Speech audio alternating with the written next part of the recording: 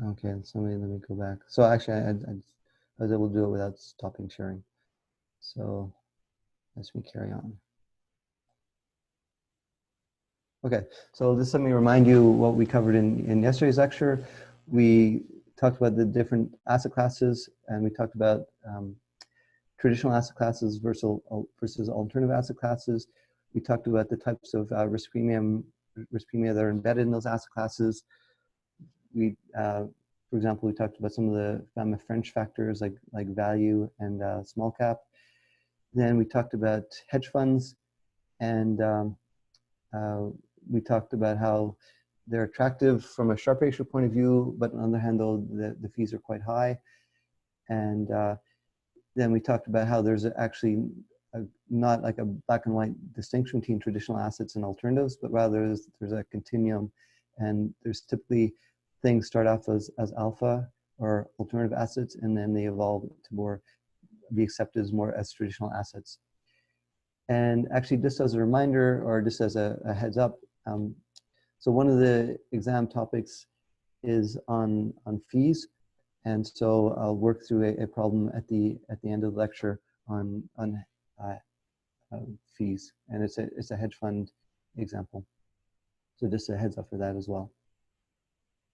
Okay, so this is before we start on the case, this is another special topic, and so this is advice like for your personal investing, and so it would seem like, you know, an oversight to have a course on asset management without applying it to your own situation as an individual.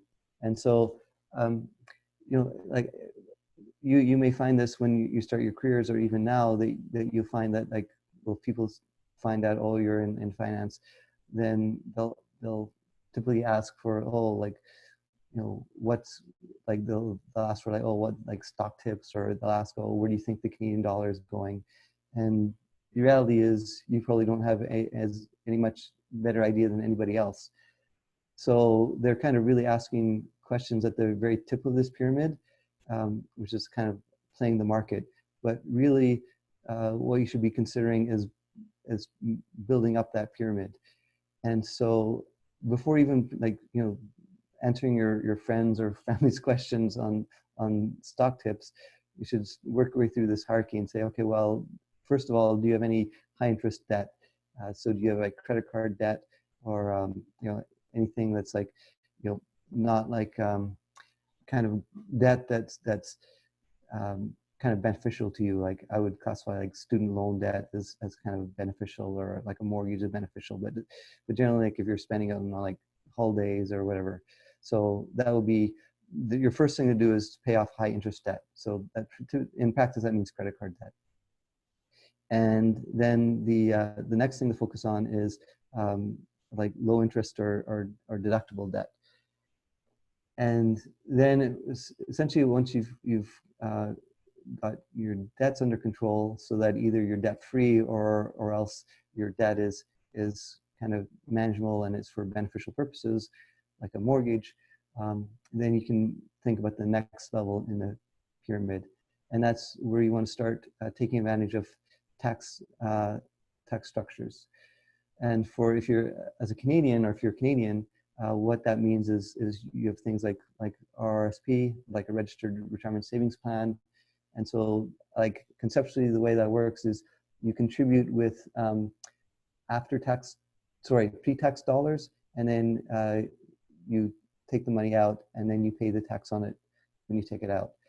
And then there's, so to typically use that for your retirement, because the idea is it's like a tax bracket arbitrage. So you put the money in when you're in a high tax bracket, and you take the money out when you're retired or in a lower tax bracket. And then the opposite program, or kind of not the mirror image of that, is the TFSA, or tax-free savings account. And that is where you put in money after tax, but but it grows tax-free after that. So in other words, when you take it out, you don't owe any taxes. So Yeah, so you could think of like some people might take advantage of that in kind of odd ways. Like let's say for whatever reason you traded like options, and your options were kind of like deep out of the money type thing, so they would kind of pay off like lottery tickets. And so let's say you had one of these lottery tickets that paid off your TFSA. So let's say it goes up 10 times, but then if it's in your TFSA, you don't pay any capital gains tax on that. So that's like a pretty nice feature. So obviously the government puts kind of limits on these things. So the way it works is you get an allocation every year if you're over the age of 18, and I think it's like 6,000. Now it's like 6,000 per year, I believe. It's indexed inflation, and the government's like tested numbers every now and again. And it's also, if you haven't used your room, it accumulates. So, and I think the total accumulation room now is like 72,000. So let's say you're like 30 years old, you never continue your TFSA. So you may not even realize it, but you're actually walking around with this kind of unused capacity, which is actually of value to you.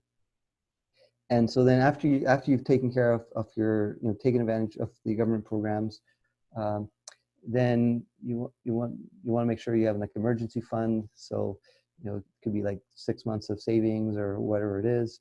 And then once you've satisfied all those requirements, so you've got like you're running a portfolio in your TFSA and your RSP.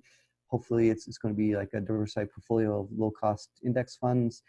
And then if you've reached this point, it means you're so wealthy that you've maxed out all those opportunities, and now you're just investing in like like a cash account or a margin account or a trading account,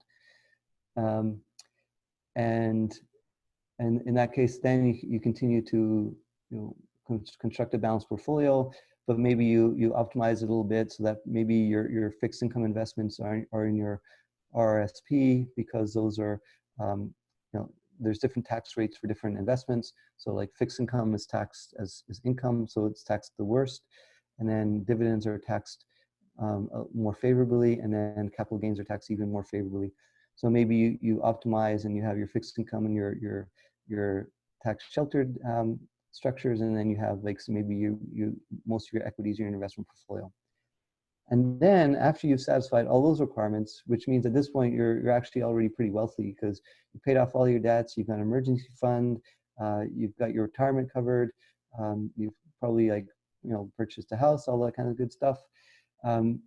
Once you get to that point, which most people will actually like not get to, but at that point then you say, okay, I want to have some fun and play the market. So this is where, like, say you take 10% of your money or 5% of your money and just have it like as a fun account, and you can invest in like Tesla or like cryptocurrencies or like marijuana stocks or like virus or vaccine stocks or whatever it is that you get entertainment out of. But essentially you kind of acknowledge, you compartmentalize it and acknowledge that this is really just a play account. Most likely you're going to lose a whole bunch of money, but you're okay with that. And it's like, at this point, it's kind of for entertainment purposes. And yeah, the other thing too is so some commentary.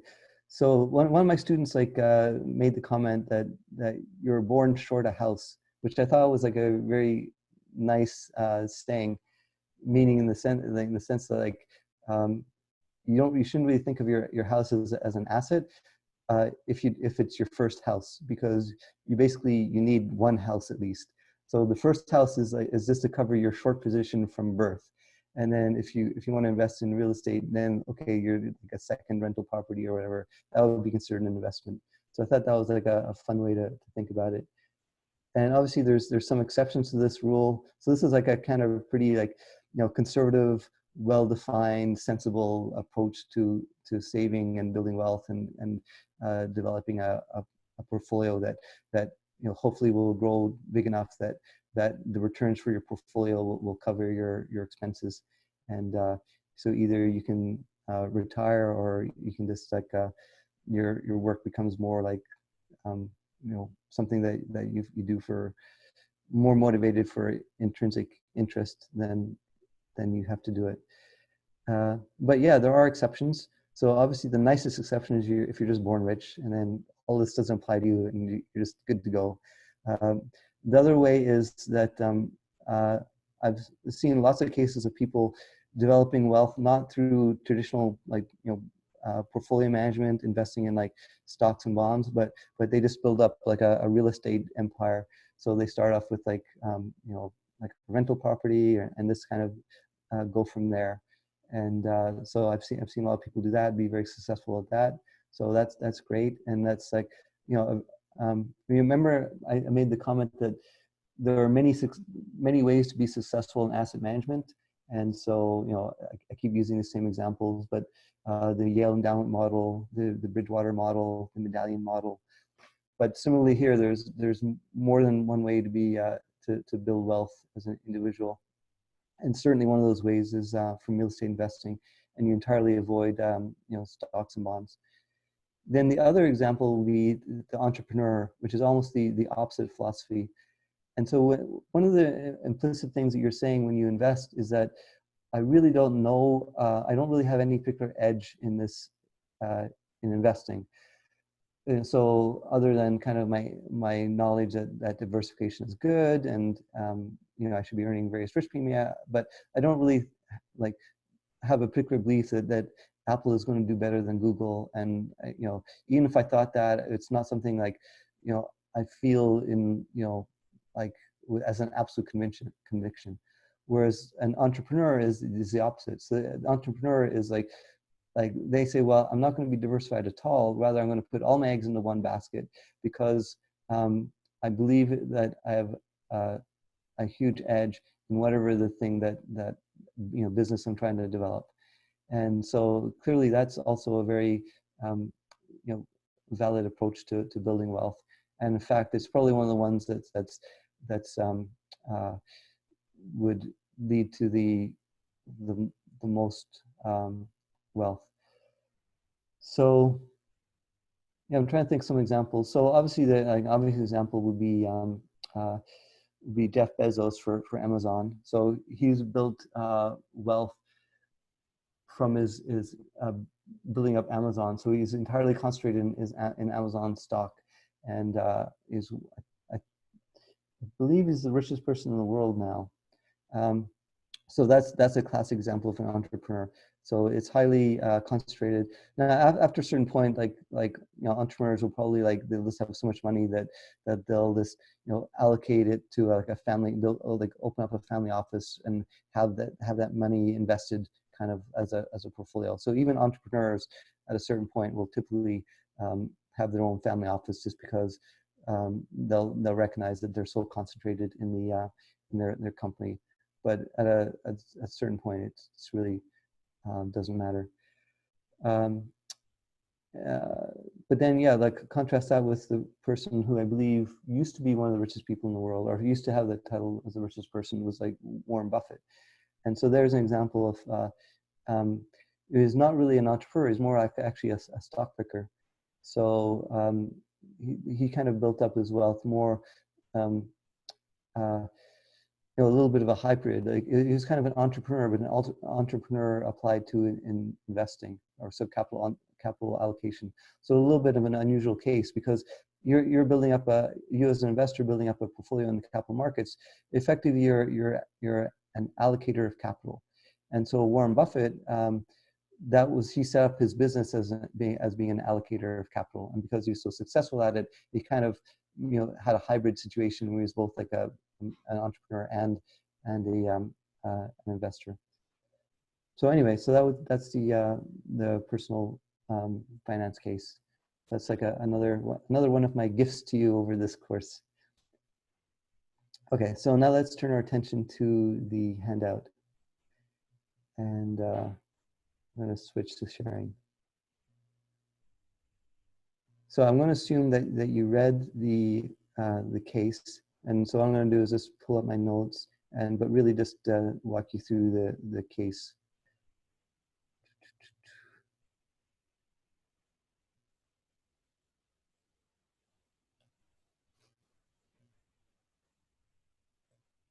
Sorry, I just have to open up my notes.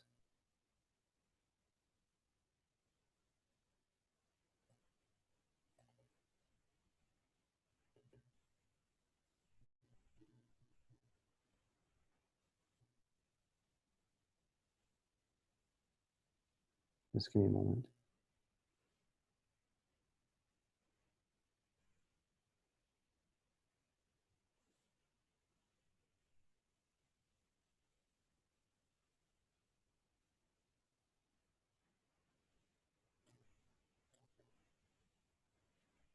Yeah, the problem is I'm on a laptop, so it's not a lot of screen real estate, so it's tricky to search through everything.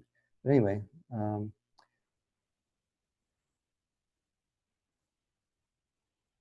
yeah, so here's the exam question. Let me just focus on the case study.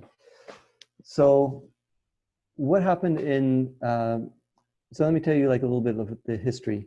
So and this is probably before, it's definitely before your time, but I actually do remember it.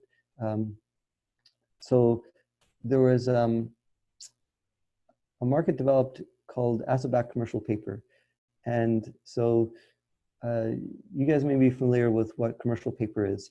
And so it's short-term financing from corporates, but it's very secure, and it's essentially treated the equivalent as like as a T-bill or like cash or money market instrument. And the reason why it's so secure is because it's doubly backed. So in other words, what happens is, let's say Toyota, which I know is as at least historically has had a big CP program. So, but actually teachers also issue CP. So I could use teachers as an example. But we'll issue commercial paper, and so it's backed by the issuer. But then it's also the bank will stamp it, and so like say there's CP issued by OTPP, but it's also stamped by say TD Bank. So that means that even if teachers doesn't pay, then the bank will pay. So it's essentially bank backed or bank stamped. So because you've got this kind of double guarantee on it, it's essentially considered as risk-free. So people really like don't really do any analysis on corporate paper. It's just treated as like it's equivalent to a T-bill. So and that all worked fine, no problems, everything is good. But then what happened is people said, well, how about we, instead of having a company issue commercial paper, we'll have a special purpose vehicle, and we'll put in all kinds of assets in that special purpose vehicle to collateralize it. And so then that SPV, which stands for special purpose vehicle, will issue commercial paper backed by those assets. And so and that's called asset-backed commercial paper. And then you say, well, you wonder, well, why would people want to do that? So the reason why the investors would want to buy this commercial paper is because, let's say the T-bill yield is like, I don't know, 50 basis points. And this asset-backed commercial paper, so let's say commercial paper yields like, 53 basis points. So then you're getting an extra 3 basis point spread for essentially something that's equivalent risk. So you say, okay, fine. Instead of buying the T-bill, I'll buy the commercial paper, and I'll gain an extra 3 basis points. And then this asset-backed commercial paper that might issue at say like 55 basis points. So somebody might say, well, instead of buying like say Toyota's commercial paper, I'll buy this commercial paper from by this special purpose vehicle and pick up an extra couple of basis points. And because it's all risk-free anyway, so we're all good. And then from the point of view of the issuer of the commercial paper, it's because that you have some flexibility in the types of assets you put in there. So what ends up happening is you just put in a bunch of illiquid assets into this special purpose vehicle. And so long as everything is like the economy is doing well and whatever, and these like illiquid or private assets are performing, like they could be things like car loans or like receivables from other companies or things like that. And so as long as those are performing, everything is good. And typically they could be like over collateralized. And so in other words, what over collateralized means is that instead of the SPV will issue a $100 of commercial paper, but they'll have like $120 worth of assets backing that commercial paper. So you think, oh, there's an extra $20 of buffer. So that sounds like it's pretty safe. So so this asset-backed commercial paper became pretty popular because it just looked like a win-win for everybody. The end investor picks up a few extra basis points, and the issuer gets to kind of liquefy or raise cash using assets or that normally would be illiquid. So this is all chugging along, and this was quite popular amongst, particularly in Canada, and amongst the pension plans. And CDP was one of the biggest investors in asset-backed commercial paper. And so their philosophy was that well, we need to have a source of liquidity. So we need to hold like cash available for like margin calls and capital commitments and things like that. So they said, well, how about we'll use this asset-backed commercial paper, and instead of we're going to be smart about it because we're going to diversify. So we're going to buy like the asset-backed commercial paper from all kinds of different issuers. So we have a diversified portfolio of asset-backed commercial paper that's earning some extra yield, and it's super low risk because it's diversified and it's secured and it's doubly secured and it's over collateralized, and so everything sounds great. But what happened was all of a sudden there was for some reason it was almost like a trigger that the investors in this asset-backed commercial paper like almost all of a sudden one day said, well, wait a minute. We normally never bother to look what's in these asset-backed commercial paper, but what's actually, let's take a look to see what's in there. And so they start taking a look at what the assets are, and then they realize that, oh, these assets are actually quite illiquid, and so we're taking on like kind of more risk than we did. And remember, we're talking about investors that really don't want to take any risk, and so even a little bit of risk, they say, oh no, we're not interested. So all of a sudden, and typically what would happen is the SPV would roll the commercial paper. So because the commercial paper matures every 3 months, typically. So you would issue your $100 worth of commercial paper.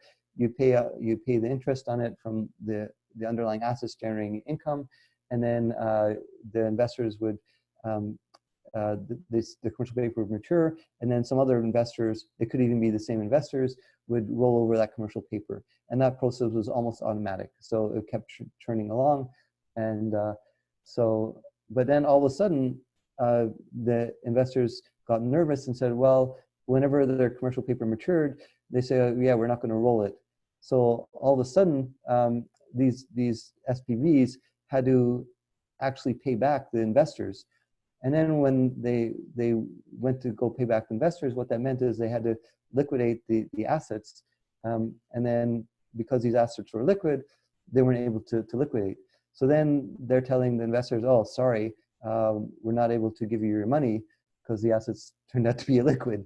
And we were kind of counting on everybody just rolling this paper. And so what happened was the market froze, meaning that the investors didn't want to roll over or buy any newly issued commercial paper, and the issuers were not able to redeem the existing commercial paper. And so this is rather embarrassing for everybody, particularly CDP.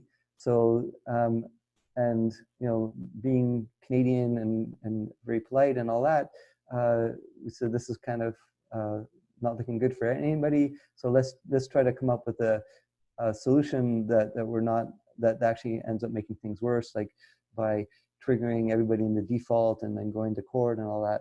So what as CDP said, well, as the biggest investor in this, is that okay, we'll step in and we'll kind of backstop the commercial paper market. So they kind of acted as like, let's say somebody wanted their money, and so maybe like CDP would buy the commercial paper from them, so it would carry some liquidity, or they would like say, okay, nobody, like, let's come to an agreement where we don't trigger anybody going into default, but we'll get together and come up with some workout arrangement where we work through these illiquid assets. So that was in 2007, before the financial crisis. And so then CDP enters the financial crisis with having their source of illiquidity being frozen in this asset-backed commercial paper. So they enter into the financial crisis without a source of liquidity. So that was problem number one. Problem number two was that they had, as a global investor, you typically have assets in other currencies, and the most common one would be in the US. So let's say you own a lot of private assets in US, but at the time, CDP had a policy of being currency hedged. So currency hedged means that since they're long US dollars via their private assets, so that means that they want to short US dollars and go long Canadian dollars. And so from a hedge point of view, they're perfectly hedged. So if the US dollar goes up, then they make that money on the US dollar asset, but they lose that money on the FX hedge. So that's, in theory, it's perfectly balanced, and in reality, it's perfectly balanced. The tricky part comes in that you don't actually get the money in hand from the currency appreciation on the asset. So let's say you have like a $1 billion private equity investment in the US, it goes up 10%. So you have a capital gain of $100 million in this example, but that's not $100 million of cash in the door. That's just unrealized P&L. Whereas on the currency hedge, you literally have a margin call for $100 million. So what that meant is that they needed to meet these margin calls, and they didn't have like a essentially money market securities available to meet those margin calls. So that was the problem number two. Problem number three was that, as you know, during the financial crisis, the stock market was crashing, and so what that meant was CDP, as being like running a complex portfolio and being a sophisticated investor, had all these derivative positions. Some of those derivative positions would be long equity index futures. So typically what you do is that you'd say, okay, well, I've invested, say, like 30% of my portfolio in public equity, but I want to take 15% of that and invest in private equity. So what you can do is, you want to keep that 30% in public equity, but you need additional funding to, say, invest in private equity. So then what you do is you say, okay, I've got 30% of my portfolio in cash equities. What I'm going to do is I'm going to replace, say, 10% of my cash equities by equity derivatives. So I have the same economic exposure, but it's instead of using cash to get it, I use derivatives. And then I just settle the margin every single day for those derivatives. And then I can take that money and invest in illiquid assets. So that's a very common activity for institutional investors. So what that meant is CDP had a lot of their public equity exposure done synthetically. And so as the market dropped, they were faced with margin calls. So that's the third thing that went wrong. And so this all sounds pretty bad. And this is where I want to give you a sense of kind of what bad means in different contexts. And so for a pension plan, this is pretty much like a nightmare scenario. So this is something like no pension plan ever wants to experience. Having said that, if you kind of step back and look and ask, well, how bad was it really? It turns out actually it wasn't that bad.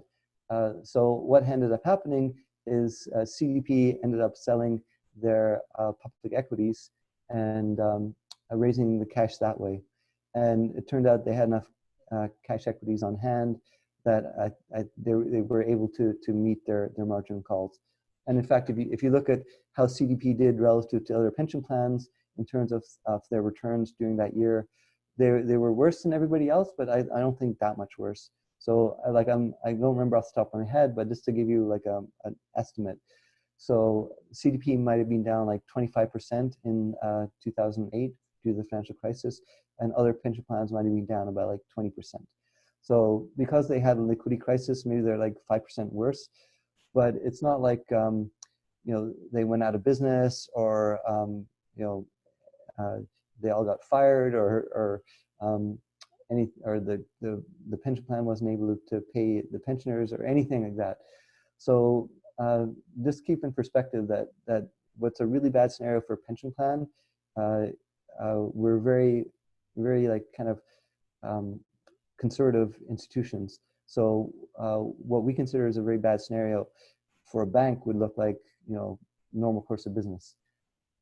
And I'll touch a bit on that later when I compare some of the banks how some banks fared during the financial crisis versus how some of the institutional investors fared during the financial crisis. The other source of liquidity drain that I want to mention is that you should be aware of how it works. So for those of you that haven't had exposure into private equity, so when you invest in private equity, it's not like you go to the stock exchange and like buy an ETF, or you buy a basket of stocks, or you go to a derivative dealer and get the do an equity derivative. So rather, you allocate money to a manager, and that money that allocation is done in the form of a capital commitment. So you may write an agreement with the private equity manager to say, okay, I make a capital commitment of say $100 million to your private equity fund. And so, because typically like a private equity firm will have multiple funds. And so for a particular fund, you'll make a capital commitment. And so what that means is then that fund will go out and look for investment opportunities, and it may take them like 3 months, it may take them 6 months, it may take them a while to find even the first investment opportunity. So once they find the first investment opportunity, they will make a capital call. And so they say, okay, remember how you agreed to 100 million capital commitment? Well, we would like to draw 30 million of that capital commitment. And then they will continue on until they draw down all the capital. And then they will typically hold these companies or for like 5 to 7 years, and then they'll sell those companies, distribute the money back to investors, start up a new fund, and say, oh, remind people, remember how well our previous funds have done. Look at our track record. So we have a good track record. So please, give us some more capital commitments. So that's generally how private capital works. So that's all well and good. But the problem is, from an investor point of view, is you don't know exactly when the capital is going to get called. So that has like one annoying feature, in that if you have, let's say you're targeting 10% allocation to private equity, but at any one time, you may not have all that 10% deployed in private equity. Some of it may be undrawn. So that's a little bit annoying. So what some investors tend to do is they kind of overshoot. So they say, well, if we want like 10% private capital, we probably have to write 12% of our AUM in terms of capital commitments. So they kind of overcommit. But then the more serious issue is that whenever there's a financial crisis, or liquidity crisis in particular, what you can find happening is that these private equity firms will start drawing on these capital commitments. And because you can imagine, like, the companies that they've invested in may be having their own financial problems, so they will inject additional capital by drawing capital from their investors, so the investors in the hedge funds firm. So that means that CDP could be sitting there with capital commitments and undrawn capital commitments, and their private equity firms are coming to them, knocking on the door, saying, yeah, we'd like some more money. And it's a legal obligation to deliver that capital. So that was another issue, more minor issue for maybe you can think of as like an additional draw of cash from the pension plan. So then the question is, like, it sounds like CDP had like a whole series of unfortunate events. So they had like the asset-backed commercial paper, and that froze up on them. And then they had, then the stock market crashed. And so they had a bunch of margin calls. And then on top of that, there was the US dollar appreciated, and that caused a lot of margin calls on their FX positions. So the kind of like main question of the case study was, as a risk manager, would you view this as just an unfortunate series of three independent events, or would you view it as these are just three things in one overall event? And so I would, since obviously like this would be a discussion if we were all in class, so obviously I'm not able to have the fruitful discussion on it. So I'll just give you my thoughts. And so my thoughts is that this is really just one single event. And the first clue, actually, as a risk manager, they had actually a early heads up that there was kind of some underlying rot within the financial system due to this asset-backed commercial paper being illiquid. Because if you were thinking more holistically, you may be asking, I guess if you're a good risk manager, you would be asking the question, well, if asset-backed commercial paper is stuffed full of illiquid assets, what about other things? Are there other securities that are stuffed with illiquid assets or problematic assets? And with the benefit of the hindsight, the answer is absolutely. There is the more broad problem was there was all this structured credit. So CLO, CDO, CDO squareds, that were all also essentially SPV vehicles that were issuing securities that are also stuffed with not so attractive assets if you kind of dug beneath the surface. So they actually had a really good early warning, which they did not heed. And then obviously that aspect of underlying rot was exposed in the financial crisis. And so what had happened is caused the stock market to drop. And so then that caused the margin calls in equity. So, okay, that's fine. So that was, you can kind of make, so I'm making the link between the market crashing and the asset-backed commercial paper freezing, because there's the same underlying issue.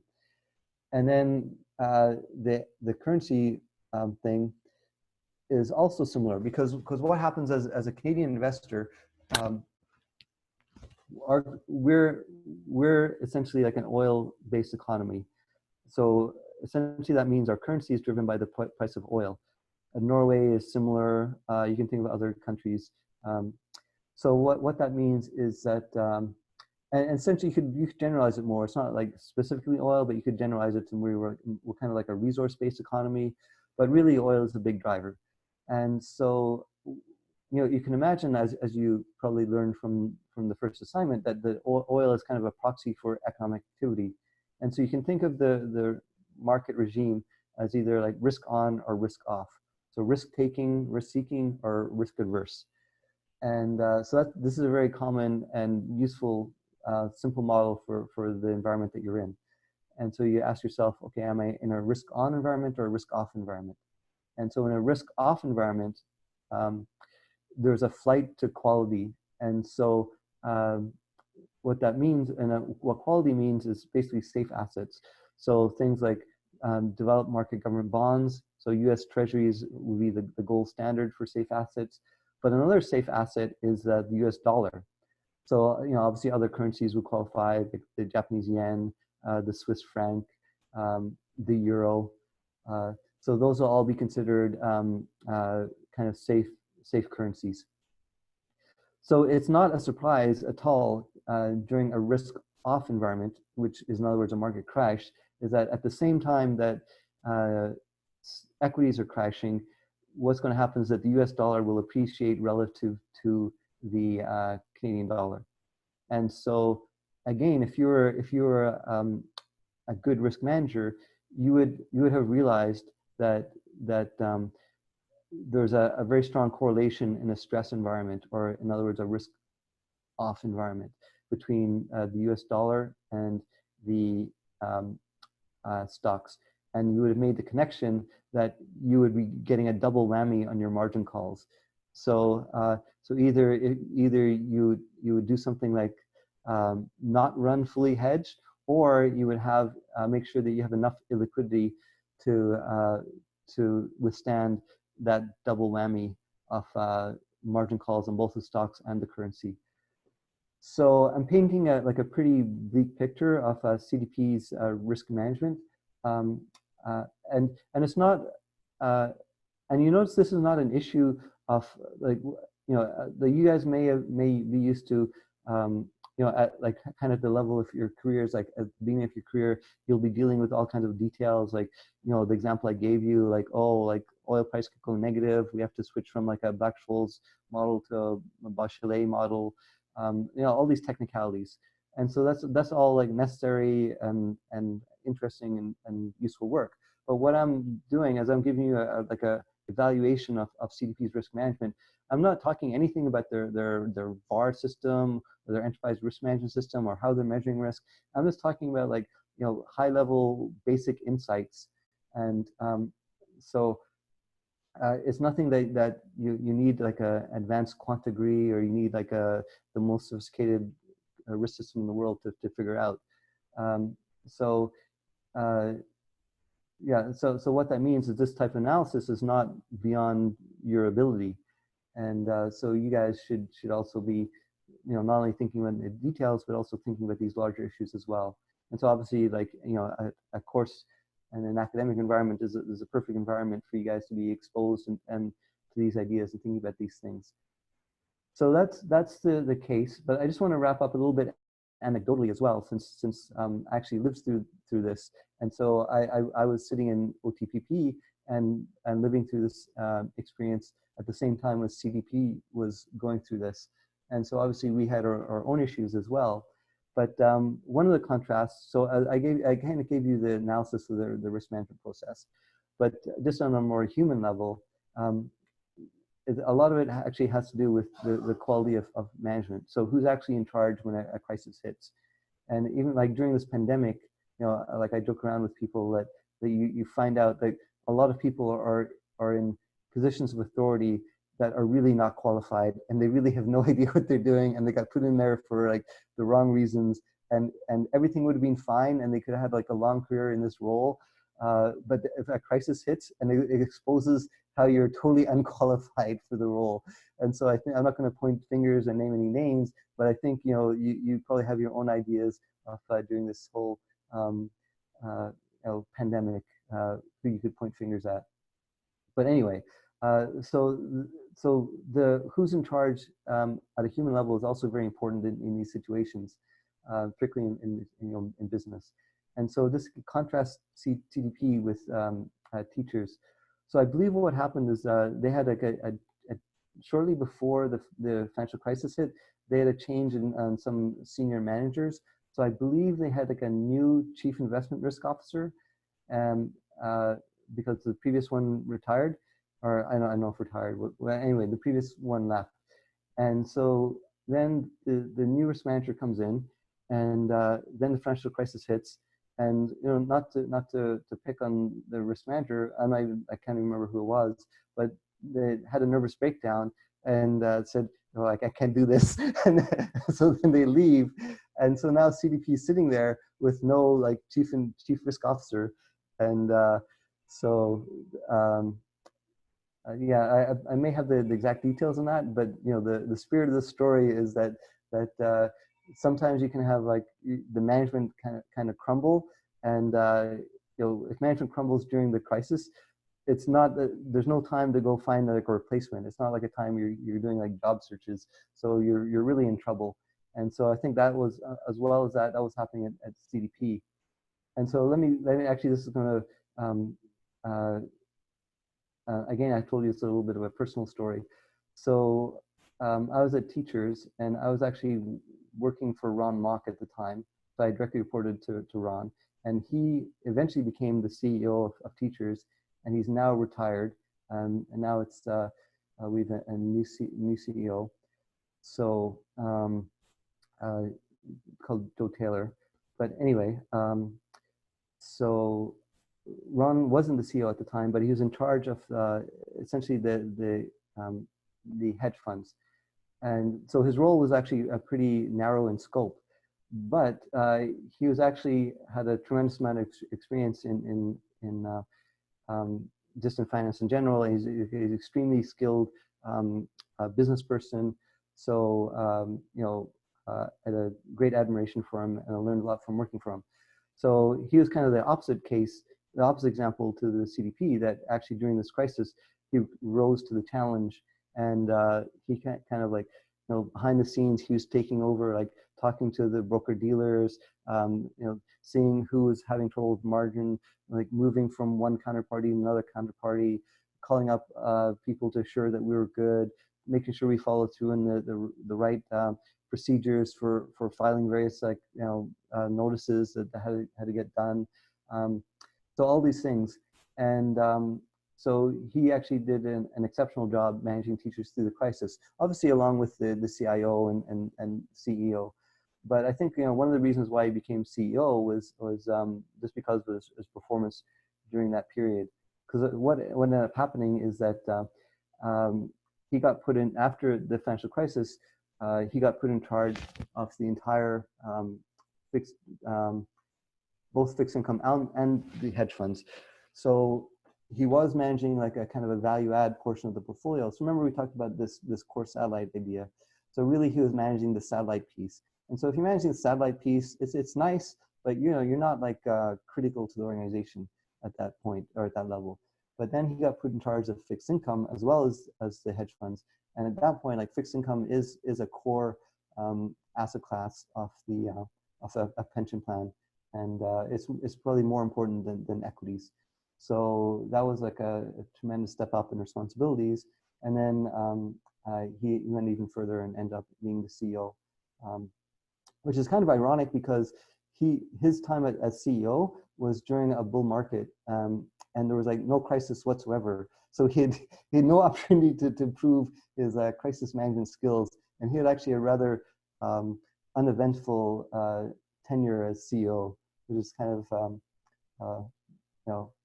you don't wish to have used the resource, but because it would have meant having a crisis, but still. So it's now exactly 7 o'clock. So what I'm going to do is I'm going to because and I wanted to kind of give you a little bit more of like I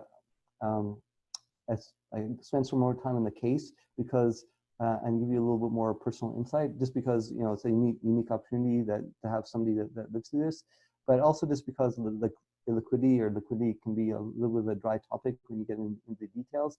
So I just wanted to kind of give it a little bit more color for you guys. So let's take a 15-minute break, and then we'll come back.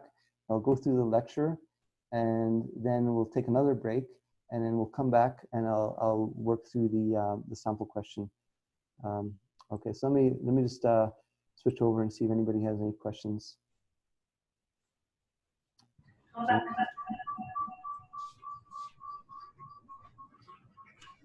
Okay, so I've unmuted everybody. Oh, and yeah, so like I said at the beginning, I think I got almost everybody's assignments. I think one of your classmates is in China, and maybe they have a harder time submitting. So with that exception, everybody's handed theirs in, which is good. Yeah, I took a quick look. Yeah, as always, like I said, these assignments are meant to target some of like your strengths. So maybe you're strong at math, but you're weaker at programming or investments or something. So hopefully, some people will be strong at the math. But yeah, I looked through them. There was like a kind of a distribution of quality, that's unexpected. Some I glanced at looked really good. I didn't even know that MATLAB could do symbolic operations. So I didn't know that. That was kind of interesting. So that was nice. Okay. Any questions?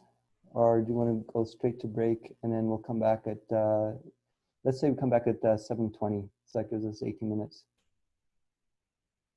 Okay, so I'm going to turn off my video and audio and come back at 7:20.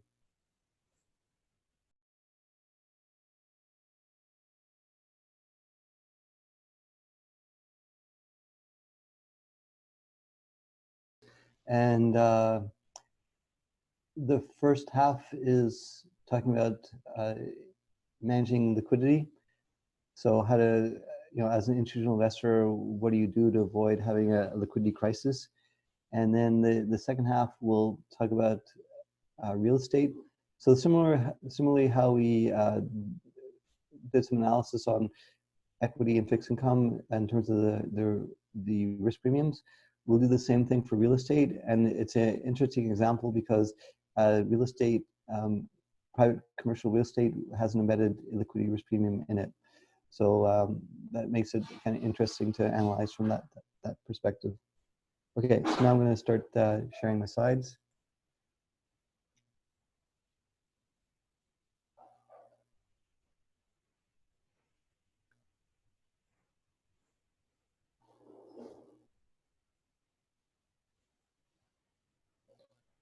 Let's scroll back.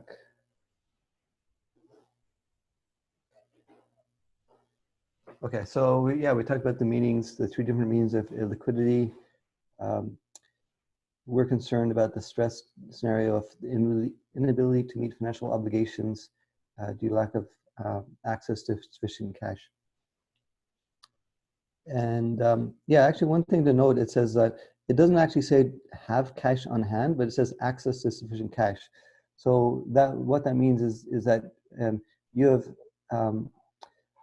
for example, if you have government bonds and you have access to the repo markets, which institutional investors typically do, then you can repo that bond and essentially raise cash that way. So you don't actually have to physically have T-bills on hand, but if you have bonds that you could repo, or in the CP's example, we used the example how they sold stocks, public equities to raise cash. That's a little bit more extreme example. Repo would be like a very vanilla way to raise cash. And then there's the illiquidity premium, which we want to investigate. As investors, we want to make sure we're earning a fair illiquidity risk premium whenever we invest in private assets. And then we talked about market liquidity, which is more of an issue for execution and trading, but not an issue for asset managers. Okay, so remember when I said that the case went through what would be considered for an institutional investor a pretty bad liquidity crisis, but that crisis was actually not that bad. So and the reason, because what I'm doing is I'm contrasting that with the case of banks. And so if you look at a pension plan, they'll typically be leveraged like 1 to 2 times. And if you recall from the very first lecture, I showed you that teachers was leveraged 1.4 times. And so other pension plans would be a little bit higher, like Hoop would be one of the more higher leveraged pension plans, but typically it's in this range. Some are unlevered. You contrast that to a bank, and a bank is like 10 to 30 times leveraged, and some even during the financial crisis, sometimes even more. So liquidity management for a bank is a much more serious case of life and death than it is for a pension plan. And so I want to go through a few examples of some banks that have blown up due to liquidity. So for asset managers, the risk for us, like the worst case scenario for us, is that we're forced to sell assets at what people call like fire sale prices.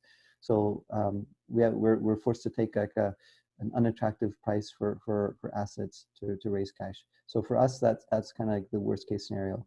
Whereas in the case of a bank, they just simply go out of business. So let's give a couple examples. Like this is maybe it's not so famous anymore, but when I was going through school, this is a famous risk management example. And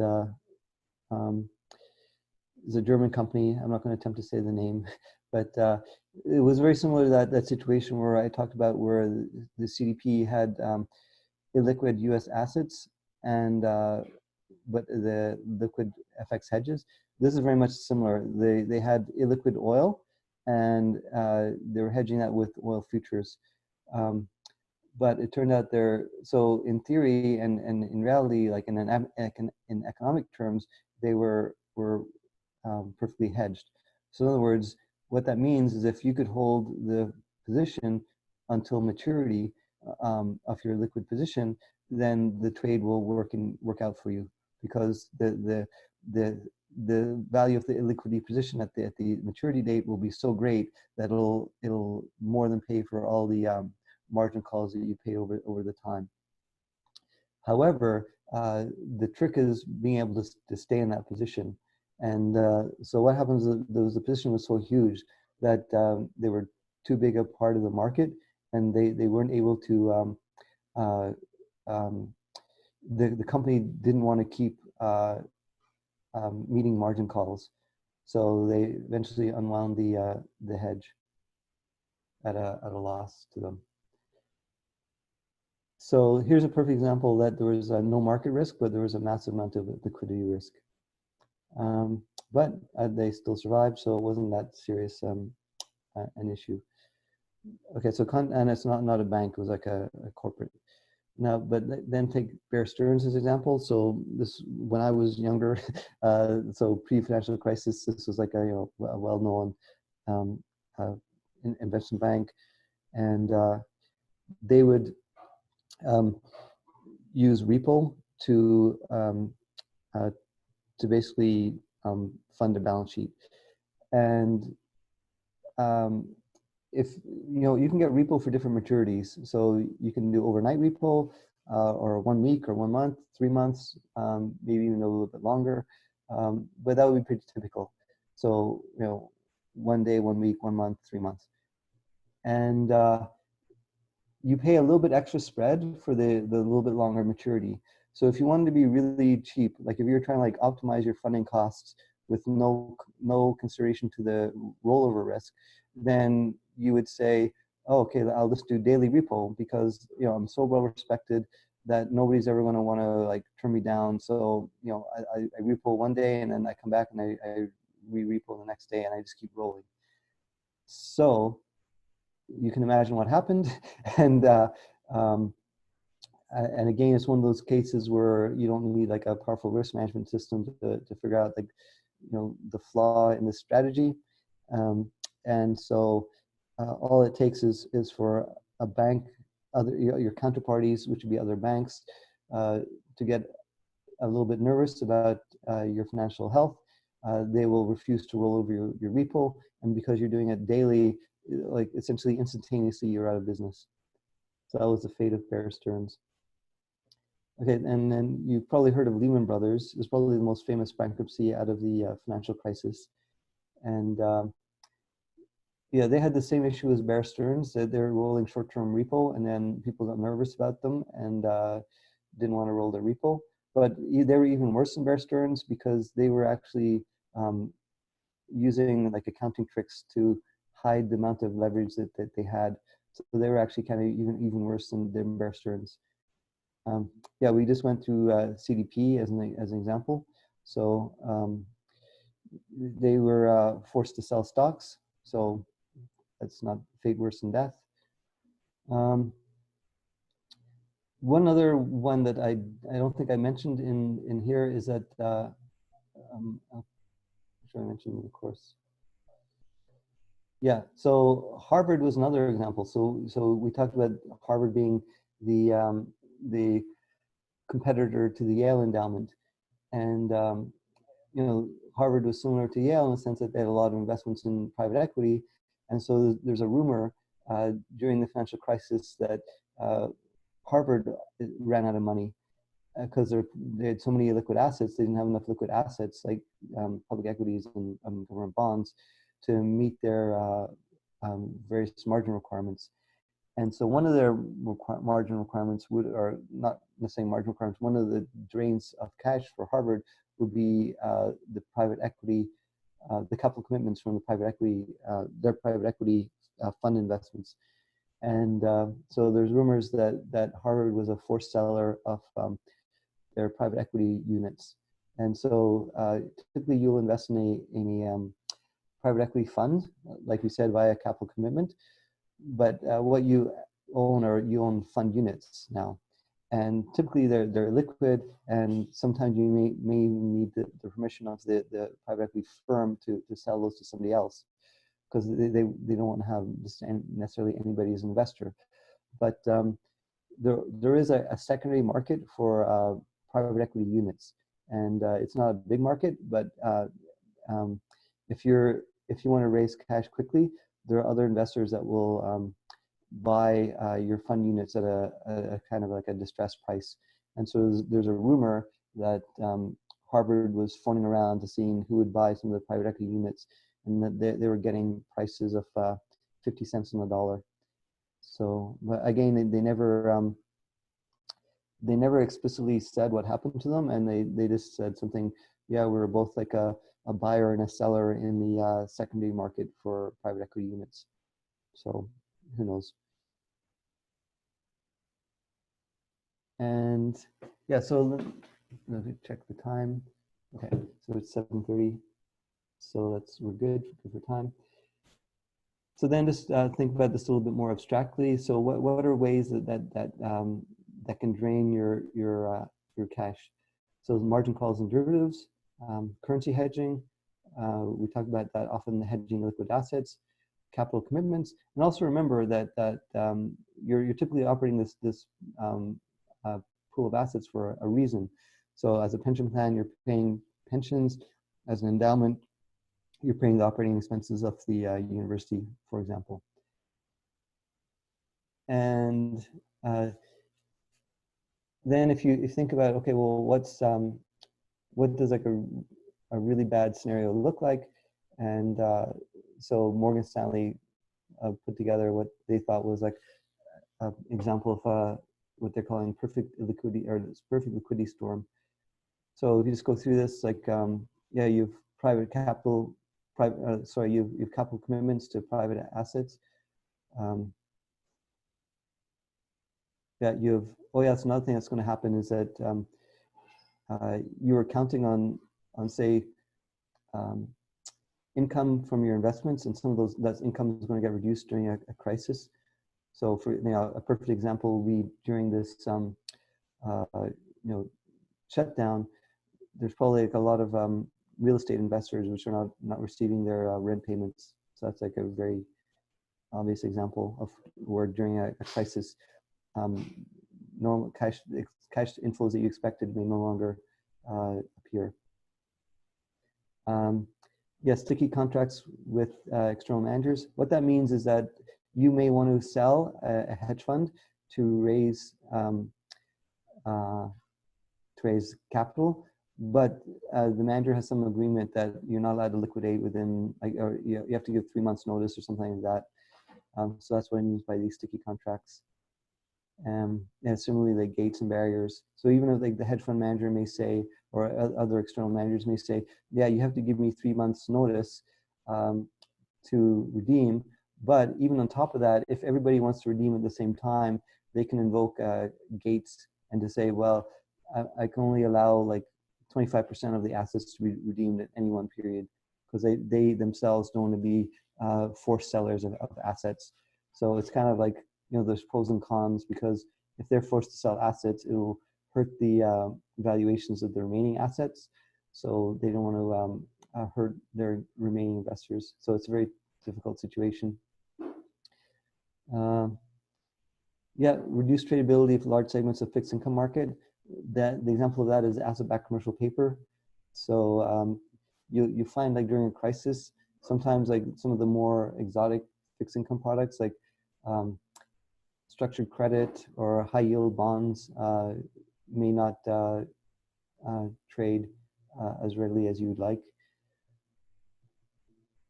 Let's see.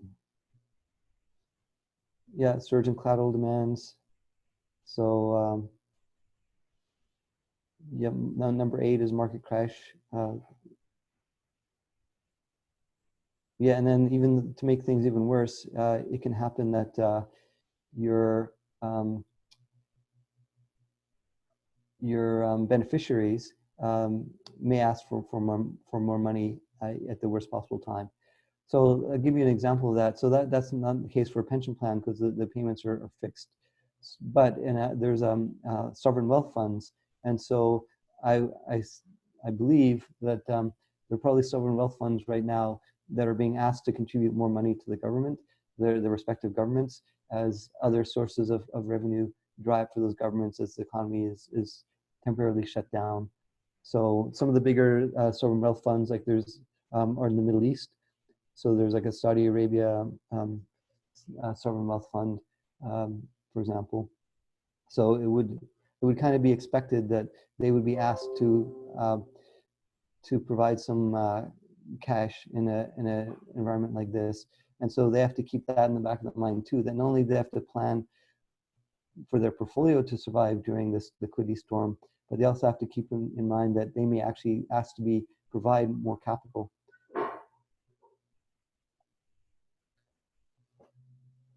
So yeah, so then what this is the steps you would go through in terms of raising cash. And so what I want to emphasize is that the first three steps are kind of like normal course of business. And what that means is that you're still able to maintain your target asset mix. So in other words, if you're running like a 60-40 portfolio, if you're still able to maintain a 60-40 portfolio, then it's really not that serious a situation. It's only where in the steps 4 and 5 where you're no longer able to maintain your asset mix that it's a more serious situation. But anyway, just go through the sources. So obviously cash or money market, same thing. Once you've used your available cash, then you can start using accessing the repo market. Remember I talked about replacing your cash assets with derivatives, so you maintain economic exposure, but you raise cash. And so 1, 2, and 3 are all normal. But then if you start finding yourself in the fourth step, where you're selling liquid assets, particularly equities, because in a crisis, that's, even though those things that are dropping, it's also the easiest thing to sell. So there's a lot of liquidity even in a crisis for public equities. If you're selling public equities, things are not going well for you. And then the worst case scenario is that you start fire selling. So that's the example of Harvard. So maybe the case had to go to kind of number 4, and the rumor is that Harvard had actually gone to number 5 for the private equity units. Yeah, and since the financial crisis, so this is where I can like editorialize a little bit. So there's all kinds of risk management processes put in place to manage liquidity so that what happened to CDP wouldn't happen again to any other plans or endowments. And similarly, the banks also focused a lot more on liquidity risk as they saw like Lehman Brothers go bankrupt. And also the regulators wanted to make sure that the financial system overall was more robust and you wouldn't have like a financial crisis. So all this work was, yeah, and you can imagine how like slow this work takes. Like it's a multi-year process, and everybody's kind of chipping away at it, over the years. And so a lot of people kind of got to a pretty good spot after 10 years. And so, and now we had essentially a liquidity crisis. So then we can ask, okay, how did everybody do in the liquidity crisis? And I was actually on the, so teachers was really well prepared, and we had no issues. And so all our liquidity provisions worked. And so then I was on a risk management panel with other risk management people from other plans, and I was kind of like, kind of proud for on behalf of the teachers, say, yeah, we did really well, and things are going smoothly, and we weathered this liquidity crisis like there was it was very smooth, and there's no issues, not like the global financial crisis. And then everybody else said the same thing. They said, yeah, everything worked well. Like the risk numbers were all good. Like the stress test worked. Everything was great. So this is one of those like kind of rare examples where like everybody's risk processes all kind of like did what they're supposed to do, which is like almost it's like it's almost like it never happens. Like it's always like somebody didn't think of something and some unexpected thing happened and this blew up and but no, everybody goes, oh no, we got it right. It's like relatively speaking, we give ourselves like top marks. So that was kind of interesting. And so one of the things that people focus on is banks. I think it's regulated for banks, but also asset managers have adopted it as well. There's something called like a liquidity coverage ratio, and so that's a metric that you monitor that indicates that if it's more than one, you're able to survive a liquidity stress event. So that liquidity stress event is like pretty vague, but because you can define what your stress event is, so it might be vary from place to place. What a period relevant for you can vary. So for a bank, it may be very short term. I think a bank would typically use a month, whereas for an asset manager, a more appropriate period may be a year. So and maybe use multiple time windows. And so, but then the thing is like liquidity stress ratio is like I give the definition there. It's essentially the amount of assets you have over the amount of assets that could go out the door during a stress. So long as that number is greater than one, you can survive that stress period. But then you have to take a step back and think, well, okay, that's great, but if I go through the stress period, maybe a more relevant question could be, what's my LCR at the end of that stress period? And so you don't want to go through the stress period, be sitting there with an LCR of say like 0.2, which means that you're not able to survive another stress period. Or it could be that what you thought was a 1 year stress period turned out to be like a 3-year stress period. So you want to build in some buffer. So you want to run at a LCR of 1 or close to 1. You want it to be significantly higher than 1. So and you can almost intuitively think like, yeah, the LCR is kind of the number of stress periods that you could survive in a row. So stress an LCR of 3, you could survive 3 periods in a row, for example, before you couldn't survive another liquidity stress. Yeah, so that's everything I want to say about the liquidity coverage ratio. So you should at least be aware of it, and this kind of like has become like the standard metric. So, and it's good when everybody settles on that, because then the regulators understand what it means, the banks understand what it means, the pension plans understand what it means.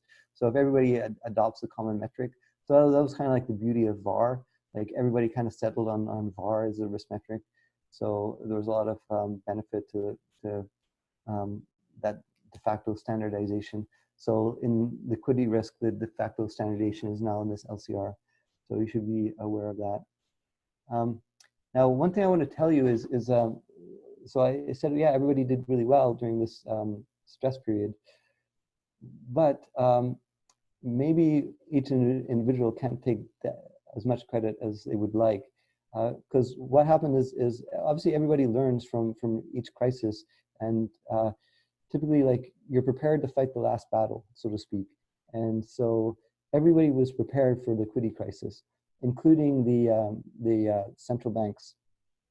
So essentially what happened is as soon as there was, so what happened in this crisis, so in the like Q1 or the like the pandemic, whatever you want to call it, I guess like if you have GFC as a global financial crisis, you probably have GCC, global coronavirus crisis. So maybe we'll call it the GCC. So what happened was that all of a sudden, like businesses started getting curtailed, and then that made particularly like large corporates nervous. So what they would do is they would draw down on the lines of credit from the bank, and so they would just have like a cushion of cash so that they themselves could survive the upcoming crisis. So that's all good. But then the banks are sitting there, and now the banks are in trouble, and because they've had all the credit lines drawn. So then very quickly what happened is the central bank stepped in and said, yeah, we will backstop you. So essentially said like, you can effectively look through the banks right to the central bank, so the Fed. And obviously the Fed has access to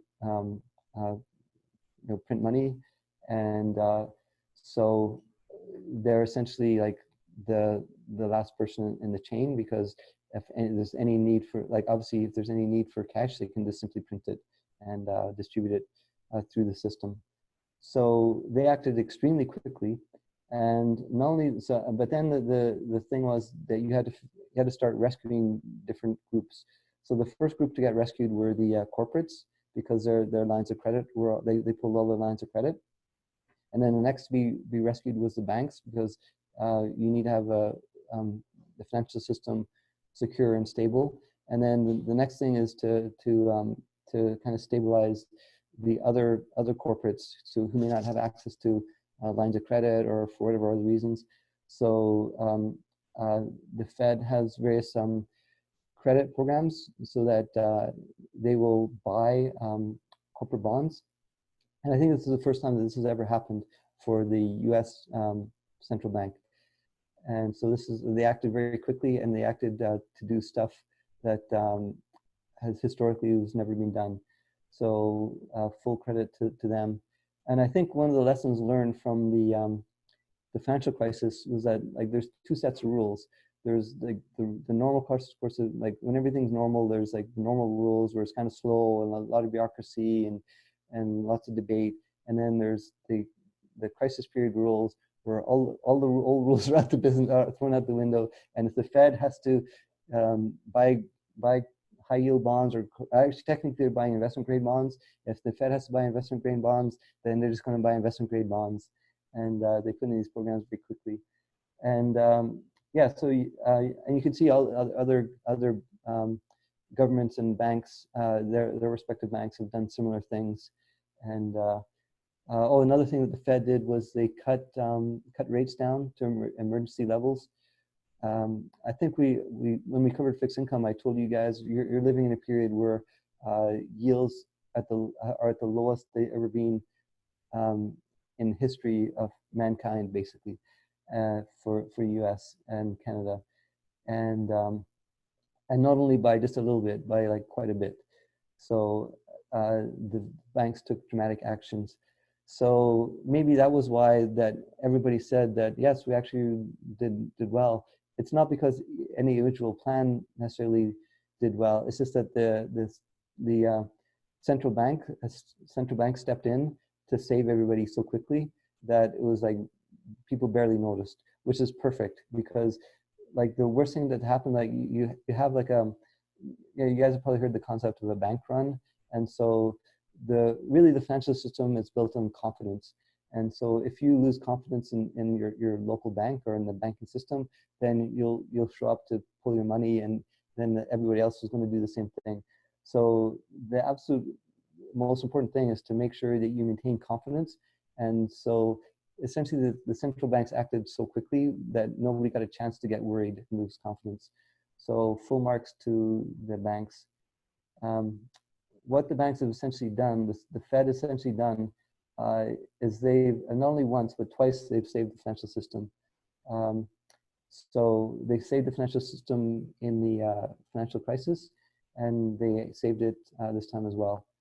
So what's the, I should even remember, like the Fed chairman's name. I can't remember it now. Powell. So yeah, so if you ever get a chance to thank them, because they've actually did a lot. So probably like history will look back pretty fondly on this. Now let me play the flip side of this for those of you who are more pessimistic or cynical. And so some of you may be thinking, well, all this printing of money can't be good, because all it's going to do is it's kind of pushed off problems, but eventually it's going to lead to high inflation. And people said that a lot after the first financial crisis, and actually it's almost the opposite happened. We've had a very hard time keeping inflation up to 2%. So I think we're averaging below 2%. So technically, the bank is actually not even hitting their inflation targets. And this was after everybody thinking that all the printing of money, issuing of debt, all that would create inflationary pressures. Was in fact the exact opposite turned out. So um, I'm not that convinced that that the money printing will be an issue. But obviously that's just something that the economists will debate. Because one of the things is that when you print money, like let's say there's inflation. See the thing is, if you print money but it doesn't cause inflation, you could argue that all you've done is there was a supply demand imbalance between like the goods, universe of goods versus the cash available, and all you've done is you've filled in the hole. And if you filled in the hole perfectly, then what should have happened is you just bring things exactly back into balance. And so that could be the situation. And then the question is, well, okay, but what if things get back to normal? What happens to all this cash? And so I think that's the argument that you're going to have to make. And I don't think anybody really knows the answer. I mean, things could just remain in equilibrium? I mean, that's kind of what's happened historically. So that's probably the most likely scenario. The other scenario is you could start thinking about who loses money in this situation. And one way you could think about it is, let's say you're another country, like not the US, and let's see, I don't know, like, let's pick, I don't know, Russia as an example. So let's say you're Russia, although it's probably not a great example, but whatever. Maybe China, let's pick China. So you're sitting there as China, and you have foreign reserves. So you hold a bunch of US dollars. And so let's say you happen to hold more US dollars than anybody else in the world. So relative to everybody else in the world, you're actually pretty rich. But then because the US dollar, or sorry, the US government is able to print dollars, so it says, like, no matter how rich China is via their foreign reserves, the US can always make themselves richer by simply, like, if China has like, you know, 2 trillion, the US can say, oh, I'm going to just print myself 3 trillion, and all of a sudden I'm richer.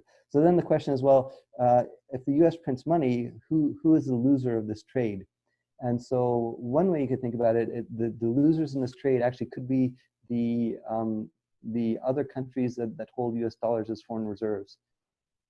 And but then, you know, you could carry on this argument to say, well, you know, obviously that maybe this is a trick that you can only play one time, and that because as soon as you pull that trick, then China and other countries will never hold your debt again or hold your currency again. And so so I think we're going to have to wait and see what happens. But yeah, I guess I kind of given you my opinion that I'm very much of the opinion that the central banks in general and the Fed in particular have done a remarkably good job of rescuing the financial system, and I don't think there's going to be any negative consequences from that down the road. And yeah, just the way I think about it is that this GCC was essentially like a liquidity crisis, a economic crisis, and a health crisis. And what the Fed has done is they've taken the liquidity crisis off the table. So now we're just left with two problems. And in fact, they've done part of the way to solve the economic crisis as well. Like if you look at where the stock market level is relative to the beginning of the year, it's remarkable that you know, if you look at where the S&P level is, we're barely below the highs. I think we broke over 3,000 level in S&P today. I think the high is something like 3,300 or something. You don't quote me on that, but something around there. And that was after like a remarkably good 2019. So you know, if you look at where what the financial markets are saying, they're essentially, the coronavirus was essentially a non-issue when we look back on it, provided things continue along this path, meaning that we start to open up, and sure, there'll be issues, blah, blah, blah. But so it looks like we've actually avoided the economic crisis. And then the last thing is just the health crisis to address that. And so obviously you can't really turn to the central bank to solve that. So the things that the central bank had responsibility to solve, I would give them like A+ marks for their job this time. Okay, so it's 8 o'clock, and I want to cover real estate, and then take a break, and then come back and answer the question, the exam question. So let me skip some of this. This was yeah, I'm gonna skip all this stuff. Yeah, so I said at the beginning of the class that we don't have a good idea of what the illiquidity premium is. All we know is that there should be some positive number. And so you could, and also you could have this idea that there's like a term structure to it, because what that is kind of intuitive. Like if something is just a little bit illiquid, so in other words, it's locked up for a month, you shouldn't earn that much of an illiquidity premium. Whereas if something is locked up for say 5 years, it should have a bigger illiquidity premium. If something is locked up even longer, then it should have maybe like marginally more illiquidity risk premium. And yeah, and then practically speaking, you don't go much beyond that because like the life of the assets is not that long. And then yeah, so there's a few points. So, and I think this is something that like conceptually is tricky to get your head around, but if you hold, like, what does it mean for an asset to have like kind of a life? Because I could make the argument, well, if I buy a 10-year bond, then that matures in 10 years, so its natural life is 10 years. But on the other hand, though, there's an active trading, and also I'm earning a term premium. This, as of today, happens to be negative, but in general, you earn a positive term premium for holding that, for investing in locking up your money for 10 years versus say a short amount of time. On the other hand, though, you're able to trade this like, you know, based almost 24/7, so it's extremely liquid. So how do you, so because it's so liquid, there's no illiquidity premium. So there's a term premium, but it's not really an illiquidity premium. So the illiquidity premium is something a little bit different from a term premium. It's a little bit different from the maturity of the asset. It more has to do with, like, I guess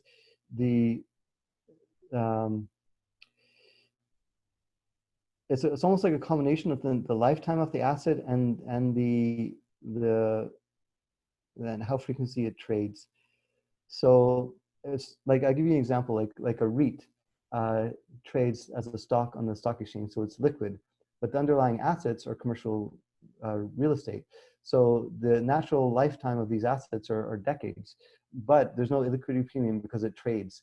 So under that case, like, you don't look through to the underlying life of the asset, rather you just look through how it can trade on a public market. But if it's something that doesn't trade in a public market, then you start to look through to the holding period of the asset, and and even though if that asset, let's say the asset is like, say 15 years, but maybe it happens to transact like once every 5 years or something. But I think you would still use the 15-year period as a basis for the illiquidity premium. Yeah, and then you can say, well, why should you earn illiquidity premium?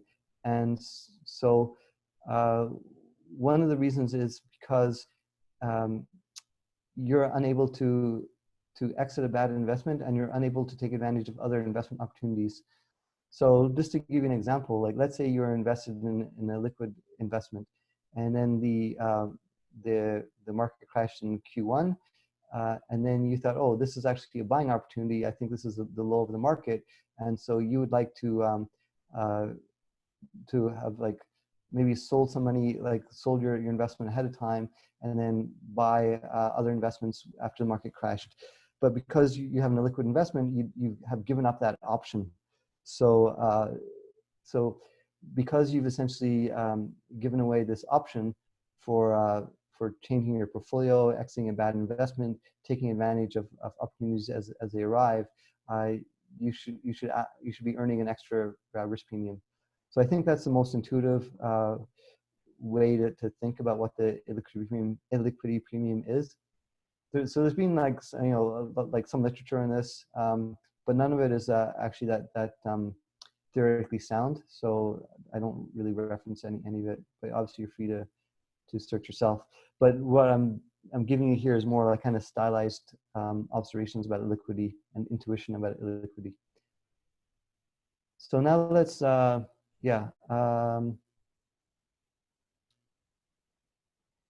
here's just some examples of how it's the underlying assets. So here's some like examples to show that it's the underlying assets we earn the liquidity premium. So yeah, this to drive the point home. So let's look at the second bullet point. Actually, both these are good examples. So let me do both of them then.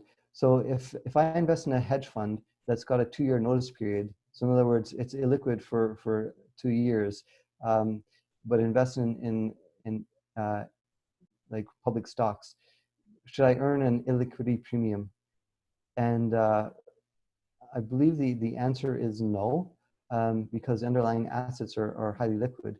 However, whenever you're negotiating with the manager, you should be perhaps getting like fees that reflect that longer holding period. So I don't think you definitely don't earn an explicit illiquidity premium, but perhaps there's like a different fee structure. Then let's take another example. So this is the opposite case. So you've got a hedge fund who makes private loans, so the underlying assets are liquid, but the fund has monthly liquidity, so it looks pretty liquid. So this earn an illiquidity premium. So the answer is actually yes, because you look through the underlying assets, ask, okay, do these assets trade? Yes or no? They don't trade? No. Then you look at the life of the assets. It's 5 years, so this should be earning like a 5-year illiquidity premium. And that's even though that the hedge fund offers monthly liquidity. And this is actually a bad investment setup. So the business model for this hedge fund is actually poor, because there's a lot of business risk in this. And because it's a poor setup, that should be assigned to investors that actually this hedge fund has not thought things through very well, because it doesn't make any sense to have like a monthly liquidity with five-year private loans. So that's just a recipe for disaster, because you won't be able to meet redemptions. So that's a red flag. So anyway, I'm kind of giving you a little more detail on hedge funds, which we'll cover in future lectures. As quant analysts, you should also be aware of this effect. And again, this is something that hedge funds are accused of. So what the kind of the solid black line is showing is the S&P 500, and then what the return series is so it's a smooth. It's called like a smooth return, and it's the lagged return. It's one half of the return is the lagged return, so it's kind of smoothed out the returns. And so you can imagine like you could get this if you have illiquid assets in your portfolio. Because I'll give you an example. Like let's say you're reporting your December return, but the person that's done the private asset valuation in your private assets, they probably went and looked at the company in like October, and then they ran the numbers in November. And so by the time they actually give you the valuation, it's actually a few months old. So it's not timely. So almost by the way that private assets are valued, they tend to be lagged. And so it's not necessarily anything deceptive. It's just almost like a characteristic of the market. But obviously you can use it for deceptive purposes too. But this shows how and the liquid asset could look lower risk, meaning that this asset is going to have like the smooth asset is going to have a lower volatility than the risk asset. And in fact, as an analyst of asset classes in the pension plan, a lot of time is spent dealing with these types of issues because you want to compare things on an apples to apples basis. So you kind of like de-smooth the asset returns, or you kind of like proxy them to the volatility of the public markets. You do all kinds of tricks like that. Okay, I want to get on to, sorry, I want to skip some of this stuff because I want to have some time spent on real estate. Okay, so now let's get to real estate, and we're going to do our analysis similar to how we did for the equities, and we're going to estimate the real estate risk premium. And so we're going to have some insights along the way looking at real estate. So remember from the very first lecture, I told you the key metric for real estate is the cap rate.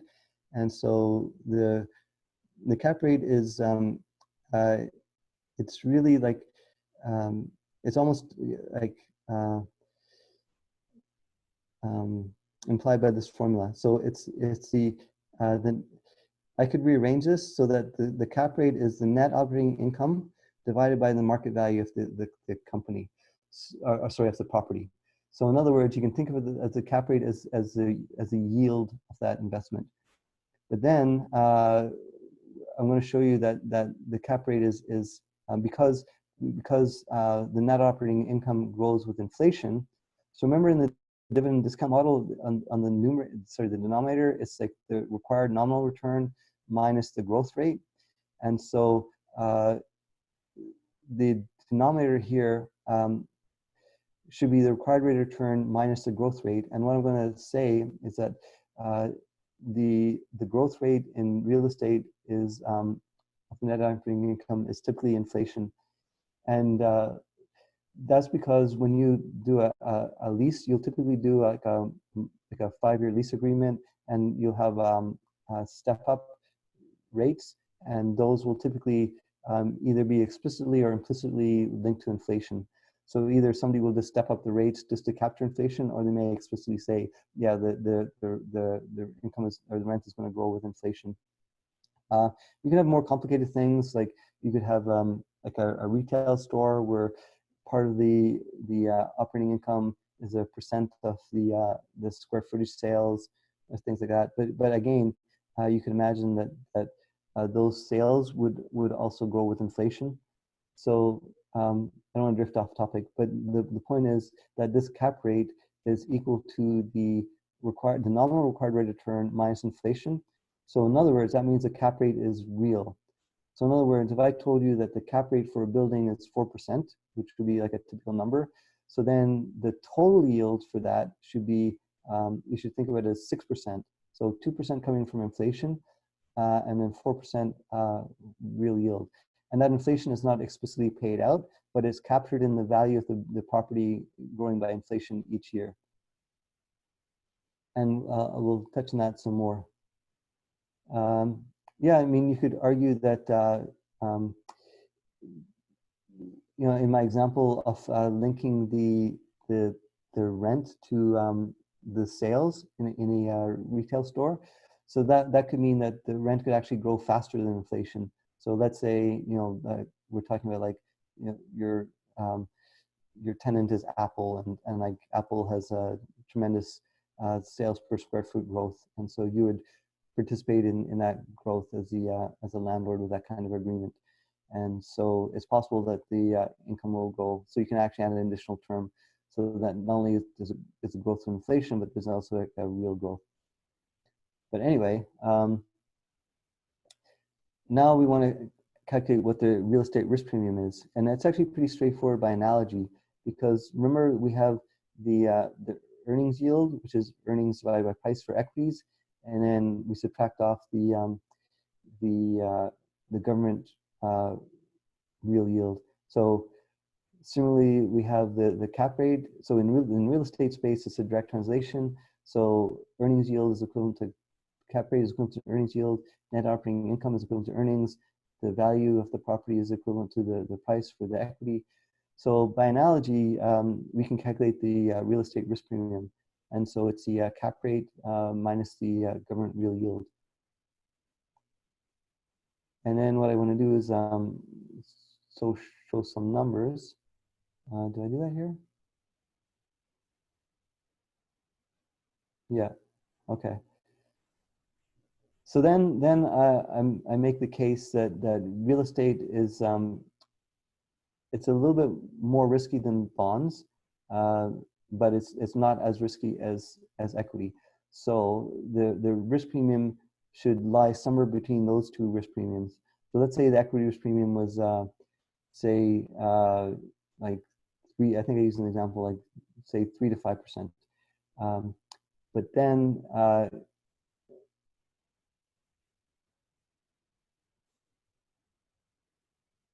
oh, okay. I hear. Okay, so here I'm using I'm working with earnings yields. So let's just go through the example then, and work through the example I've put in the notes. So let's say earnings yield for stocks is 6.6%. So that's the equivalent to the cap rate. So then you can say, well, yeah, if earnings yields is 6.6%, but I know real estate is not as risky as stocks. So then I say, well, I'm going to subtract 2 to 3% from that. So I'm going to get a range of 2 to 5% for real estate. But then I'm going to say, but real estate is illiquid, so I should actually I should add back an illiquidity premium. So maybe that gets me back to about like this was actually done like these numbers were used from like a while ago. So 5 to 10% cap rate. These cap rates are actually extremely high now. So as you know, all like yields have come down.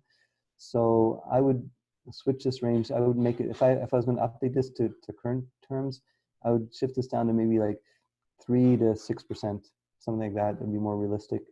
So in other words, like like a high risk real estate property might be a cap rate of like 6 or 7. A top quality property might be like a cap rate of 3.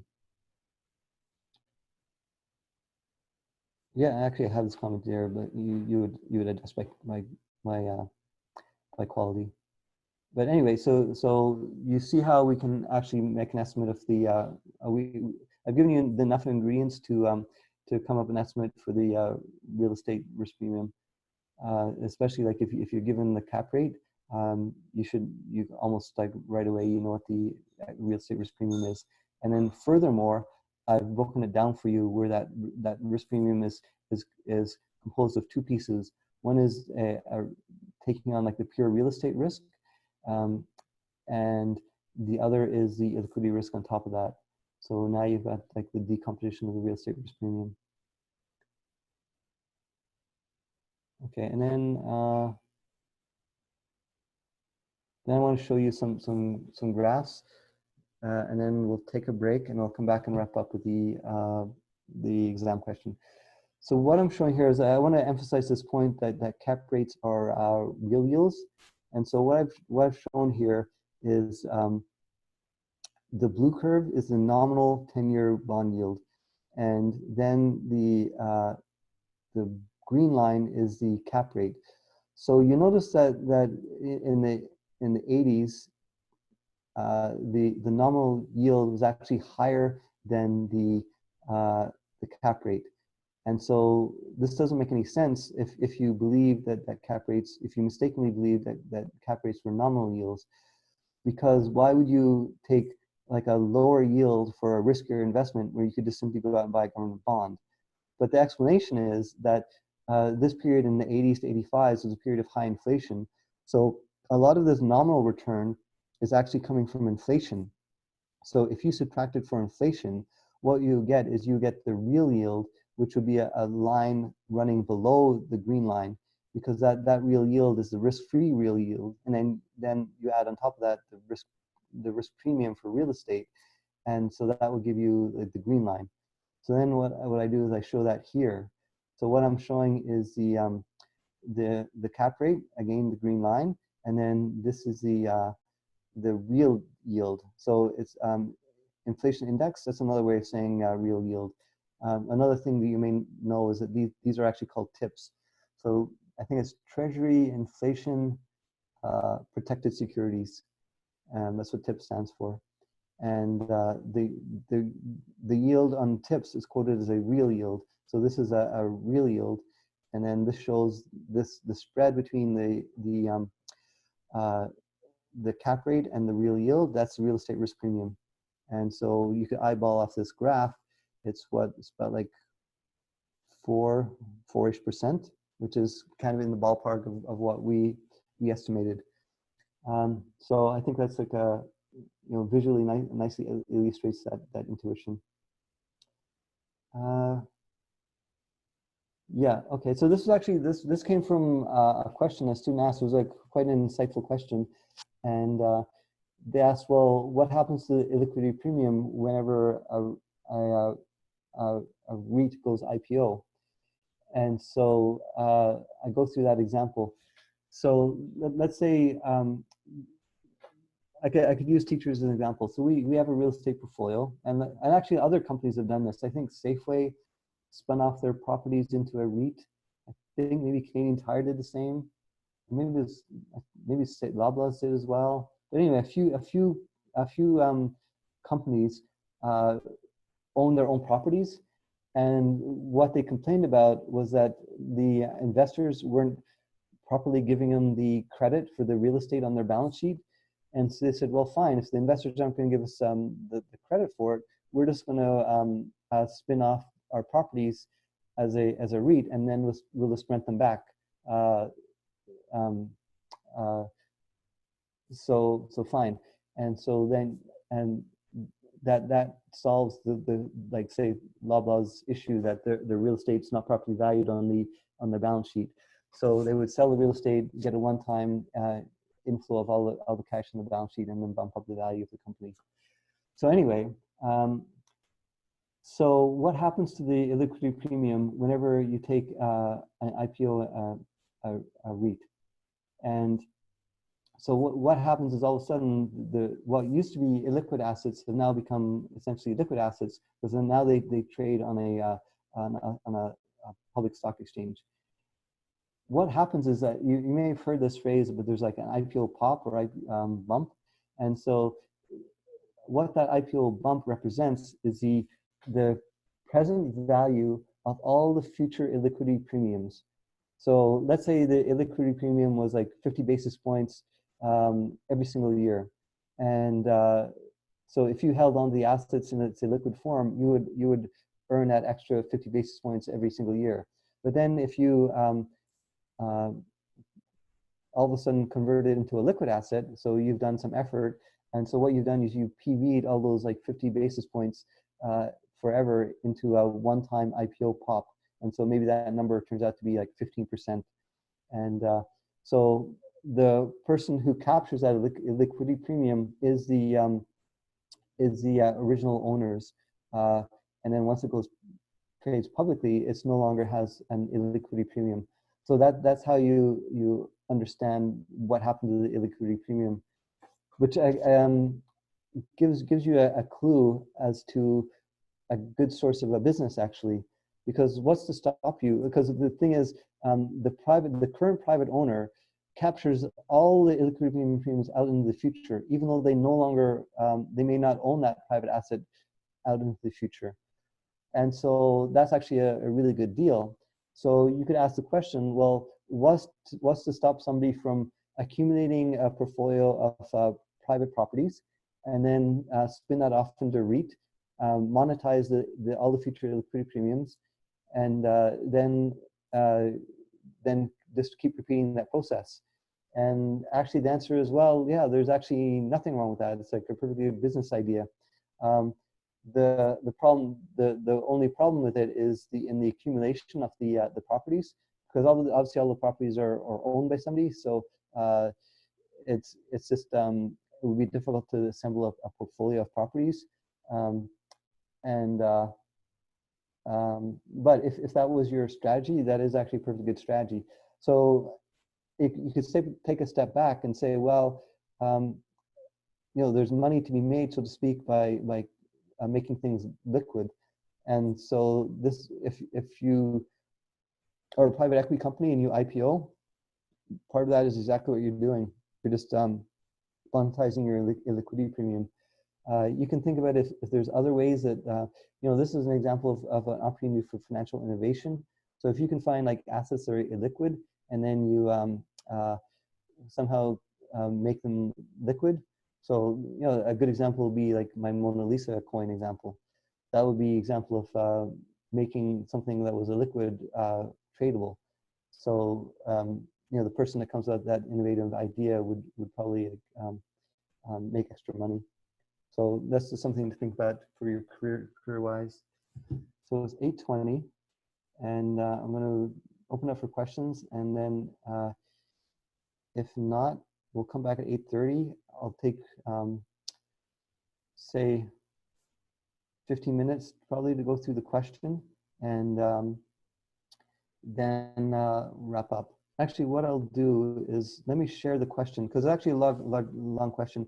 I actually ended up writing the answer down today, and when I first looked at it, I said, "Oh, this is like pretty daunting. It's a pretty long question. So why did I ask such a long question? It's kind of unfair." But then when I worked through it, actually, it's not so bad. So what I'll put it up on the screen so you guys can have a chance to read it during the break.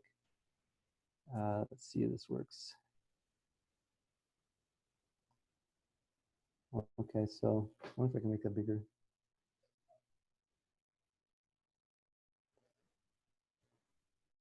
So yeah, maybe I'll just, I don't know if I have to leave the video on or not. My video on? I probably don't. So let me see. So I'm going to mute myself, and I'm going to come back at 8:30, and we'll wrap up then. Okay.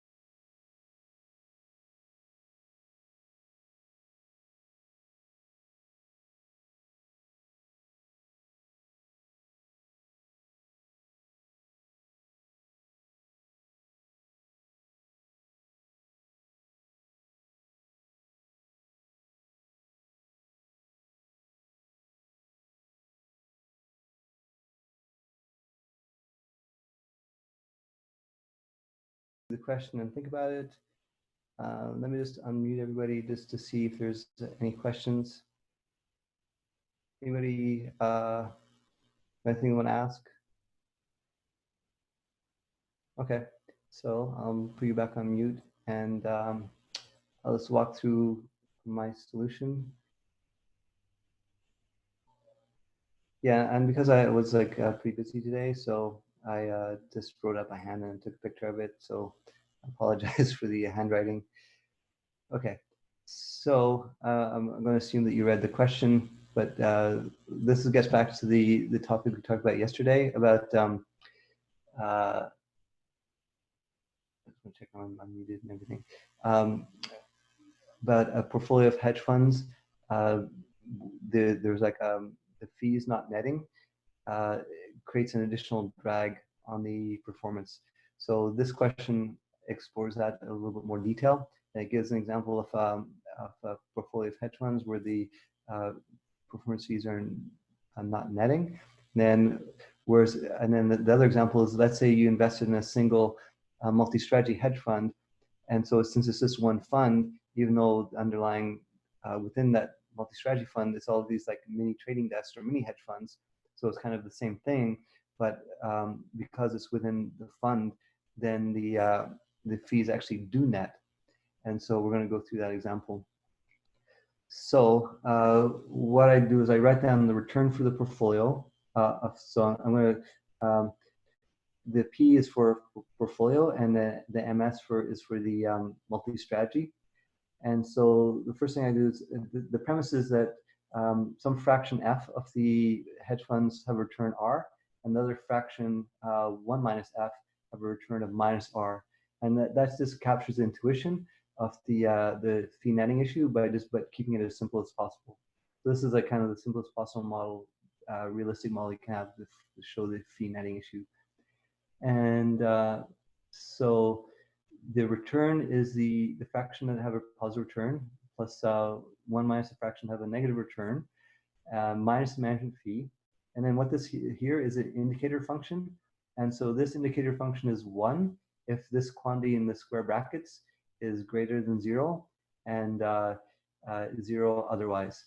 And then so if it's 1, then you carry on the calculation and you subtract off the performance fee times the net return for the performance fee, so the quantity in the square brackets.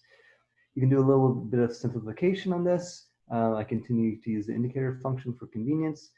And then now I turn my attention to calculate the return for the multi-strategy. And that has no management fee, but this has like a symmetrical performance fee. So I don't need any indicator function. And so in other words, if all the hedge funds have lost money, then I don't, that kind of gets clawed back from the manager. And we'll see what that means when we go through the numerical example. So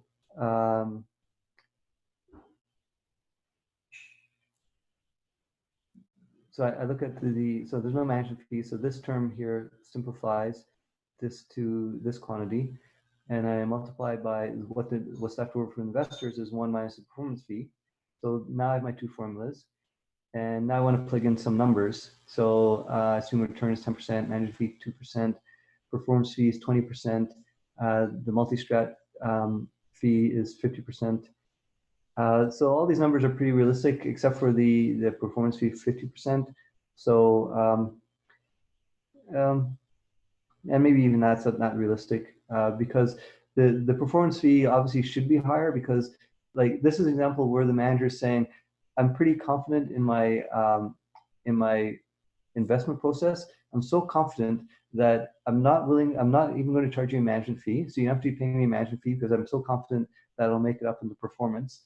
And I'm willing to share the downside with you because I think I'm so good that there won't be a downside. But in exchange for all those benefits, I want to keep 50% of the gains. And so, that's actually not a bad proposition as a hedge fund manager.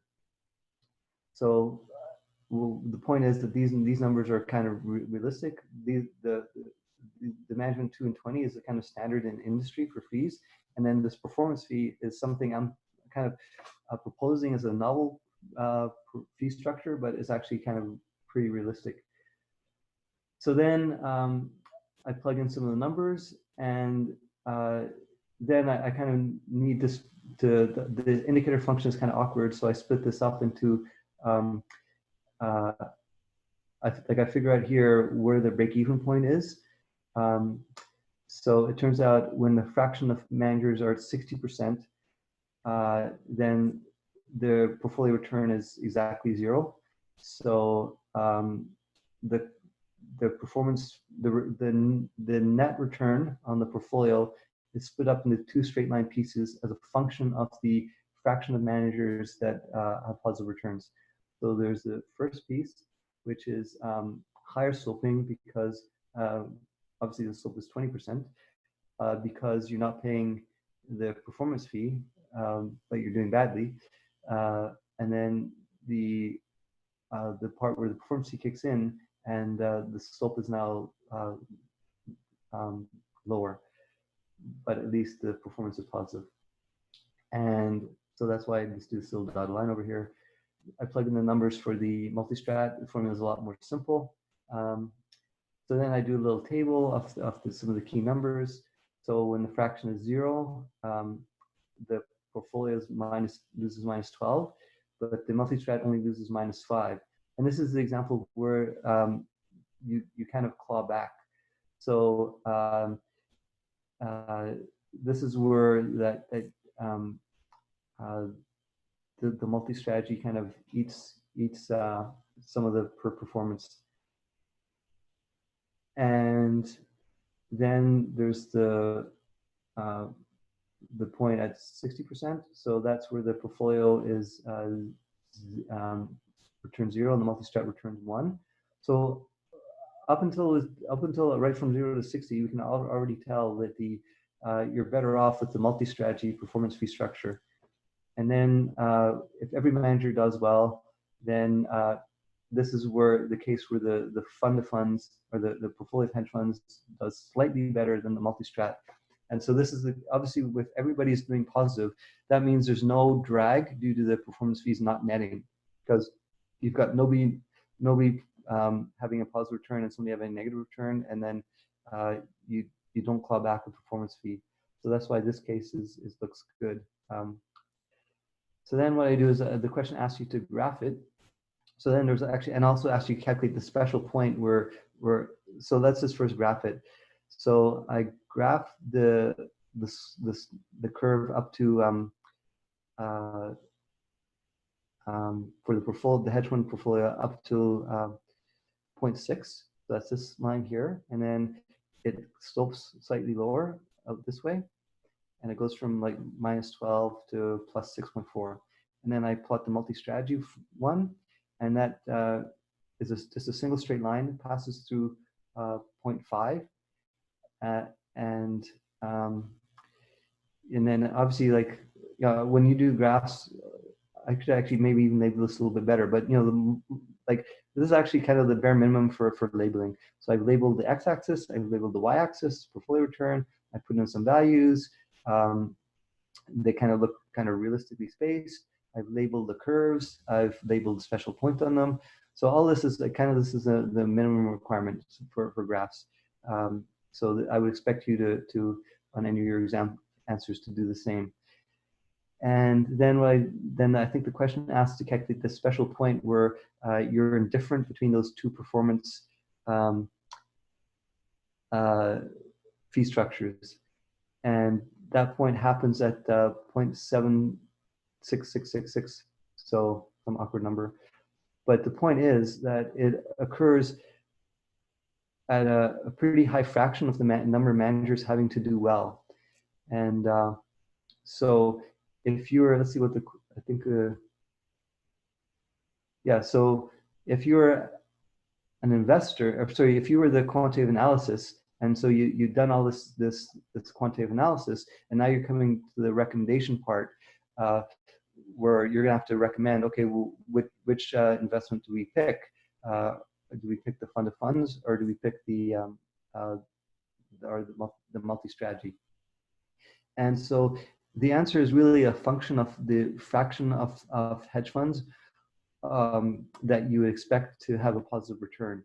And so if you believe that over 3/4 of the hedge funds will be positive, then you would prefer the fund of funds. If you think that there's a chance that less than that will be positive, then you would choose the multi-strategy. And so that's what your decision comes down to. And then you have to ask the question, like, how realistic is it for 3/4 of the funds to be positive? And yeah, that'd be something that you'd want to do some more analysis in. Like, if you took a randomly sampled pool of hedge funds, how many were positive? But my sense is that you're kind of pretty close to the area, and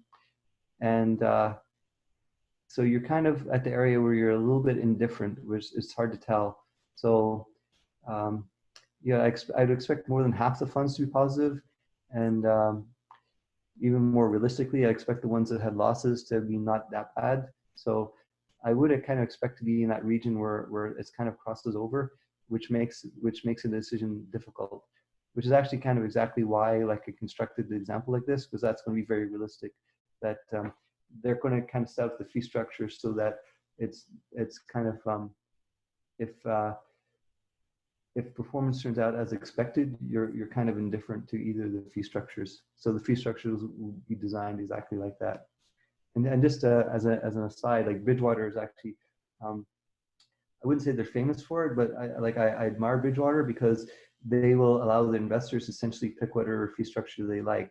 So Bridgewater has an idea what their expected performance is going to be, and they say, well, if we're pretty confident in our investment process, and so if you want like a zero management fee and pure performance fee, then we're quite happy to do that. If you want like a flat management fee and no performance fee, we'll also do that too. But they're just going to be equilibrated so that from Bridgewater's expectation purpose, you're going to end up paying the same amount in fees. So long as they're calibrated their return expectations correctly, they can offer that to the investors without a lot of business risk on their part. And from the investor point of view, then that gives investors like a lot of flexibility, because some places may prefer a flat fee, some places may prefer a pure performance fee. So that's like a nice characteristic. And that covers everything I wanted to cover for answering the question. And yeah, I think that was like a pretty realistic question.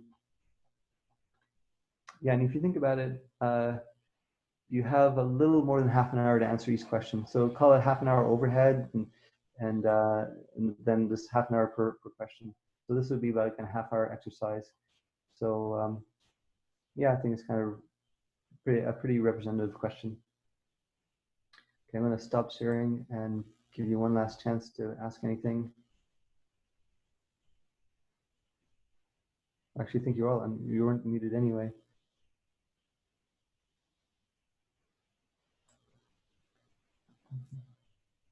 Yeah, you're unmuted anyway. So yes, if anybody has any questions, feel free to ask. Other than that, so I sent you your assignment 3, so you've already got that to work on. So I'm sure that fills you with joy, and it's due on Friday before class. So yeah, feel free to ask any questions about that assignment, either by email or during class. And talk to you guys tomorrow. Good night.